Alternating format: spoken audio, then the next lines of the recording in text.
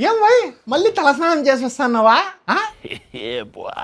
లేదు మా దొడ్డి పోయి వస్తాను ఏంది నువ్వు అట్లా కొంత ఫ్యాన్ వేపి మా బాత్రూమ్ లో ఈ వేడి కూర్చోలేకపోతాను ఫ్యాన్ ఏంటికిలే మీ నాయన సౌకర్యం కదా ఏసీ వేపిద్దాం లేప దొడ్లో కూర్చుంది చల్లగా అమ్మా కార్ని చూస్తా అంటే ఓవెన్ని చూసినట్టు ఉందిరా స్వామి ఈ వేడికి కార్లో కూర్చున్నామంటే చికెన్ తందూరినే తప్పదు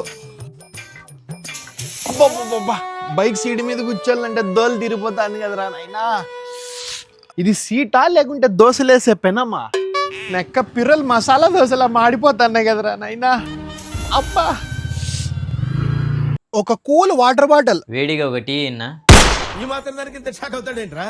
గంటకు ఒక బింది నీళ్లు తాగుతాన్న గొంతులో నుంచి గొంతులోకి ఆడిపోతుందో అర్థం కావడంలే వీనికి వేడి వేడి టీ కావాలంట గొంతు ఎండిపోయి గడ్డపర్లా తయారైతుంది తాగే నీళ్ళు ఆడికిపోతున్నాయో బాడీలో ఇంకిపోతున్నాయి అట్లే ఏమన్నా కొడుకురా నువ్వు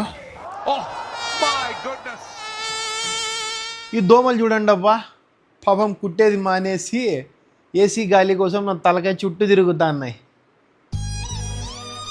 కరెంట్ బిల్ చూస్తే నా దొమ్మకాయలు అదిరిపోతున్నాయి రాత్రి ఆన్ చేస్తాలేరా పండుకుందాం ఇద్దరు కలిసి బాబా బాత్రూమ్ పోయేస్తే చాలు తలస్నానం చేసినట్టు ఉంటుంది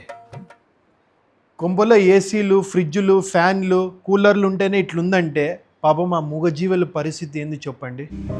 పిల్లిలు కుక్కలు ఎలాగో అలా బతుక్కుంటాయి కానీ చిన్న పక్షులు పిచ్చుకలు వేసవికాలంలో నీళ్లు దొరక్క చనిపోతూ ఉంటాయి కేవలం ₹1 వందల పక్షుల ప్రాణాలను కాపాడగలదు yes only ₹1 home for birds team వాళ్ళు ప్రత్యేకంగా ఈ మట్టి పాత్రలను తయారు చేయించారు ఇవి జస్ట్ ₹1కే లభిస్తాయి మీ ఇంటి దగ్గర ఈ ఒక్క మట్టి పాత్రను ఉంచండి దాన్ని నీళ్లతో నింపండి దాహంతో తనగలాడుతున్న పక్షుల ప్రాణాలను కాపాడండి ఇవి కావాలంటే అనంతపూర్ వాళ్ళు కింద కనిపిస్తున్న నంబర్కి ఇప్పుడే కాల్ చేయండి లేదా ఈ అడ్రస్కి మీరు డైరెక్ట్ వెళ్ళి తీసుకోవచ్చు